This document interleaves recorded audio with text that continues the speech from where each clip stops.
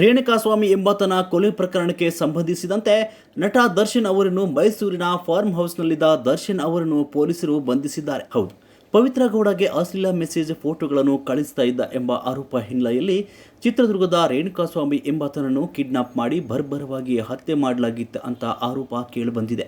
ಪ್ರಕರಣ ಸಂಬಂಧ ನಿನ್ನೆ 3 ಆರೋಪಿಗಳನ್ನು ಪೊಲೀಸರಿಗೆ ಶರಣಾಗಿದ್ರು. ಇದೀಗ ಇದೇ ಪ್ರಕರಣದ ನಟ ದರ್ಶನ್ ಸೇರಿದಂತೆ 10 ಜನರನ್ನು ಪೊಲೀಸರು ಬಂಧಿಸಿದ್ದಾರೆ.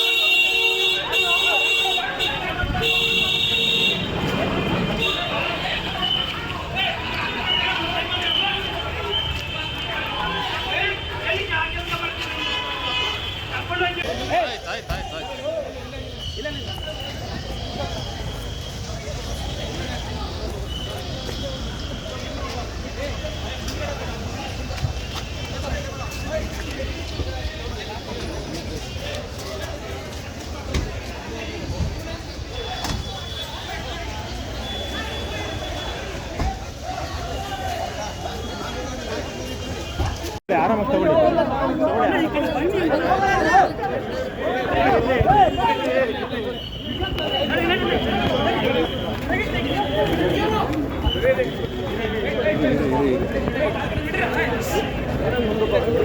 ಸರ್ ಒಂದು ನಿಮಿಷ ಕಳಿಸ್ತಾ ಅಂತೀನಿ ಬಿಡಿ ಸರ್.